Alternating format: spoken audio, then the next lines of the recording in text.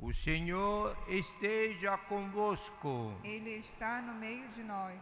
Proclamação do Evangelho de Jesus Cristo segundo Mateus. Glória a vós, Senhor.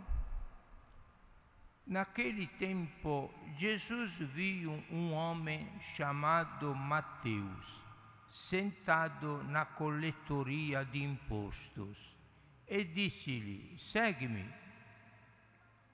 Ele se levantou e seguiu a Jesus. Enquanto Jesus estava à mesa em casa de Mateus, vieram muitos cobradores de impostos e pecadores e sentaram-se à mesa com Jesus e seus discípulos. Alguns fariseus viram isso e perguntaram aos discípulos: por que vosso mestre come com os cobradores de impostos e pecadores? Jesus ouviu a pergunta e respondeu: aqueles que têm saúde não precisam de médico, mas sim os doentes. Aprendei, pois, o que significa: quero misericórdia e não sacrifício. De fato, eu não vim para chamar os justos, mas os pecadores. Palavra da salvação. Glória a vós, Senhor.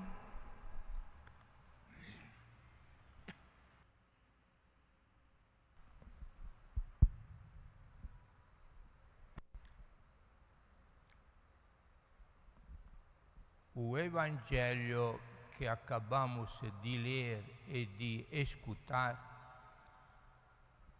é um Evangelho que o mesmo ator deste evento, que é a chamada de Mateus, ele mesmo escreveu, porque é o autor deste Evangelho, São Mateus, que é o primeiro dos 4 evangelistas.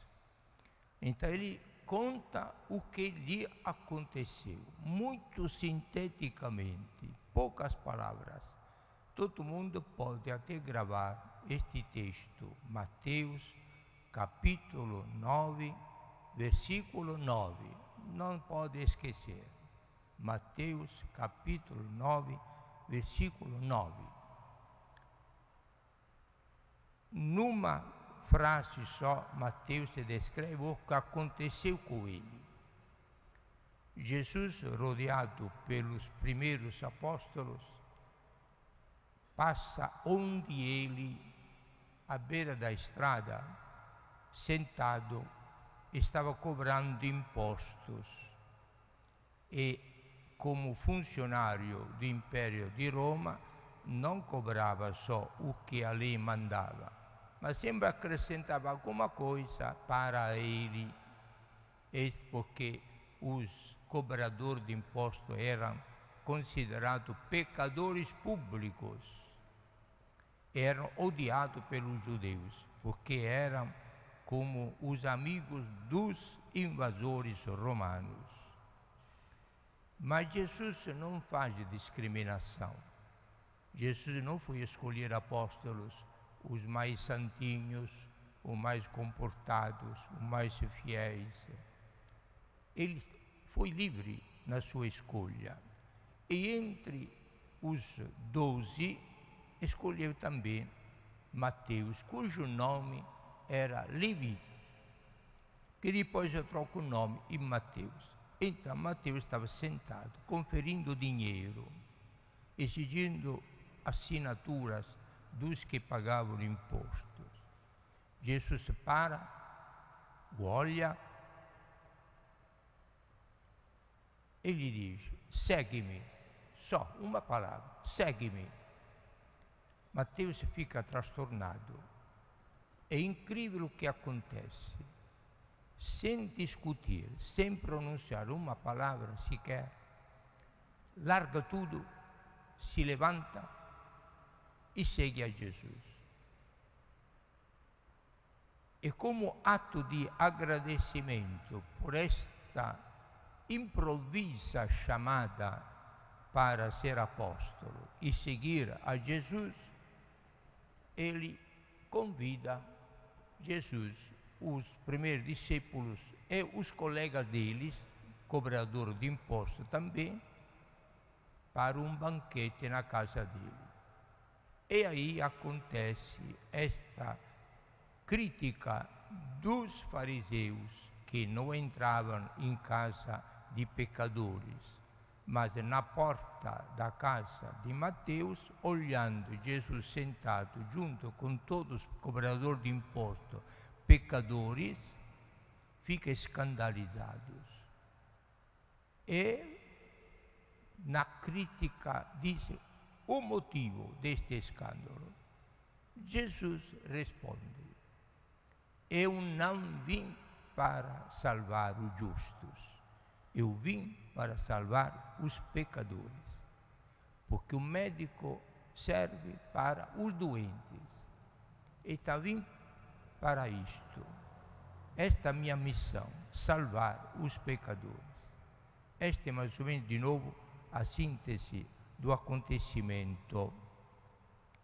Agora, a chamada é interessante, em poucas pinceladas, Mateus, que poderia se prolongar mais na descrição da chamada dele, mas ele, conduzido pelo Espírito Santo, reduz em pouquíssimas palavras, que pode ser aplicado também na nossa vida, porque cada um de nós é um chamado, cada um tem vocação.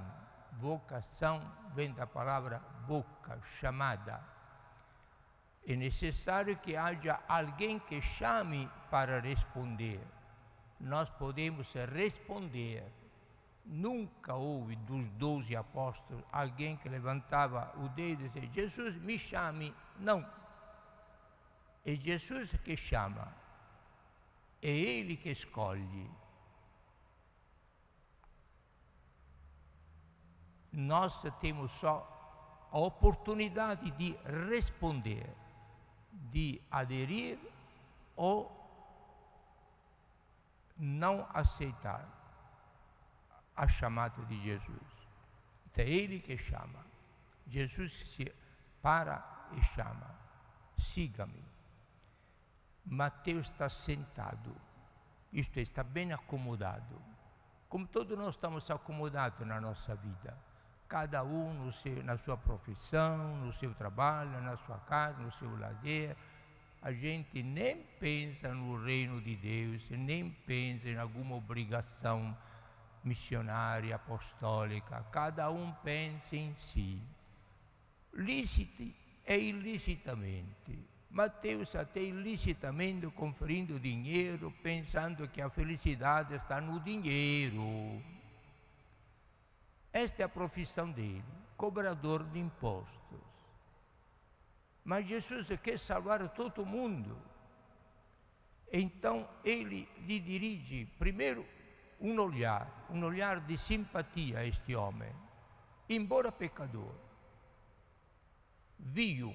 E Jesus que viu Mateus, mas tem tanto outros ao redor dele. Não, ele viu a ele em modo particular, porque Jesus nos conhece a todos pelo nome. É interessante esta preocupação pessoal de Jesus, que personaliza o ato de amor dele a cada um, nos chamando pelo nome. Quando nós fomos chamados a ser cristãos, ninguém levantou o dedo, protestou: eu também quero ser cristão. Fomos feitos cristãos gratuitamente, porque Jesus nos escolheu e nos tornou seguidores dele, cristãos, porque quer que a gente viva como família dele para ganhar a vida eterna, que é o verdadeiro destino de cada um de nós. Então Jesus olha a cada um de nós. Ninguém ouse dizer: ah, Jesus se esqueceu de mim, Jesus me abandonou. Ele parece que está distraído sobre a minha vida, não enxerga o que estou padecendo, o que preciso. Jesus olha pessoalmente a cada um, porque Ele veio salvar cada um, não assim genericamente. Vem salvar as pessoas, cada uma com a sua vocação. E Jesus dirige a palavra a nós: siga-me, que é a palavra de ser cristão. Quando a gente foi feito cristão no batismo, Jesus nos dirigiu pela presença dos padrinhos que representavam a cada um de nós, que éramos quase todos criancinhas. Siga-me, que quero que tu sejas meu discípulo. Cristãos, siga-me.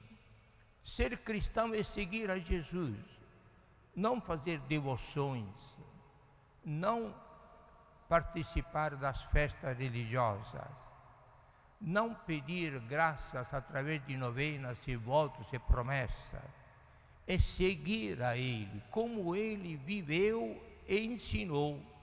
Este ser cristão.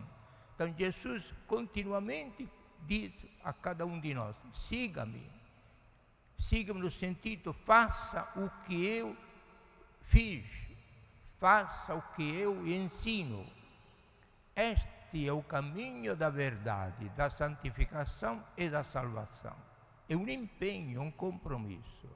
E para responder a este mandamento de Jesus, siga-me, que é um ato de amor também, o que faz Mateus? Se levanta, isto é, precisa sair da própria acomodação, a própria moleza da vida, precisa se mexer. Não podemos continuar fazendo o que fazíamos. Se você era um beberão, larga, se levante, larga este vício. Se era um infiel, larga este vício. Deve seguir a Jesus agora. Acabou-se aquela vida mundana, insossa, sem nenhuma significação, mas pagando que cristã deve agora se levantar, se desinstalar da sua posição mundana, terrena, para seguir um caminho novo. Então precisa largar tudo como Mateus fez, largou tudo, dinheiro, imposto, profissão, tudo largou. E seguia Jesus. E a primeira experiência que ele fez, que se encontrou rodeado de pecadores, amigos dele, e faz festa. E Jesus faz festa com os pecadores, não com os santos. Ele mesmo disse uma belíssima expressão quando falou das parábolas da misericórdia, do perdão e do amor de Deus. Jesus concluiu assim: se faz mais festa com os anjos e os santos lá no céu por um pecador que se converte do que por 99 justos. E quem disse isto é Jesus, que conhece a verdade. Então, ser pecadores é uma humilhação, mas é não uma vergonha de condenação, mas é uma condição para poder reconhecer em Jesus o meu Salvador, o meu Redentor, o meu Libertador, meu amigo, que é disposto a dar a vida para me salvar. Esta é uma festa da conversão, como a festa que deve acontecer em cada confissão. Cada confissão é quase repetir a experiência de Mateus, que é apóstolo, mas que é um símbolo também, um modelo de conversão e de santificação de cada um de nós. É interessante notar que este gesto de Mateus, Jesus e Mateus, foi entendido, assimilado e vivenciado pelo Papa Francisco. De fato, no escudo papal dele, o lema do episcopato dele é miserando atque eligendo, em latim, que significa tendo misericórdia de mim, me escolheu. é a mesma experiência de Mateus. E Papa Francisco não tem vergonha de dizer isto. Quando ero jovem e perdi a cabeça e também fiz alguma coisa errada. Mas depois me fez entender que não era aquela a vida da felicidade. Aí ele teve pena de mim, teve compaixão de mim. Miserando, significa em latim, teve compaixão de mim. E depois de ter tido compaixão de mim, diz o Papa, ele me escolheu para ser bispo. Agora para ser até Papa. E inventou um vocábulo, um neologismo, Papa, dizendo, traduzindo em português, misericordiando, Jesus me elegeu como bispo e Papa. Misericordiando, não existe esta palavra, mas ele formou um vocábulo novo, uma palavra nova, para significar que Jesus usa misericórdia quando chama alguém. Cada um de nós, caríssimos irmãos e irmãs, procure em casa, depois, no silêncio, refletir sobre isto. Também para mim, miserando atque eligendo. Jesus, misericordiando de mim, me escolheu para ser cristão, cristã, para ser apóstolo, para assumir algum cargo na minha comunidade, para eu servir agora. Depois da experiência de ter sido amado tanto, com compaixão por Jesus, agora me prontifico e quero seguir a Ele. Esta é a conclusão lógica da nossa resposta ao chamado de Jesus. Agora quero te seguir, ó Jesus, porque tu és o único caminho, tu és a verdade e tu és a vida eterna. Louvado seja o nosso Senhor Jesus Cristo. Para sempre seja louvado.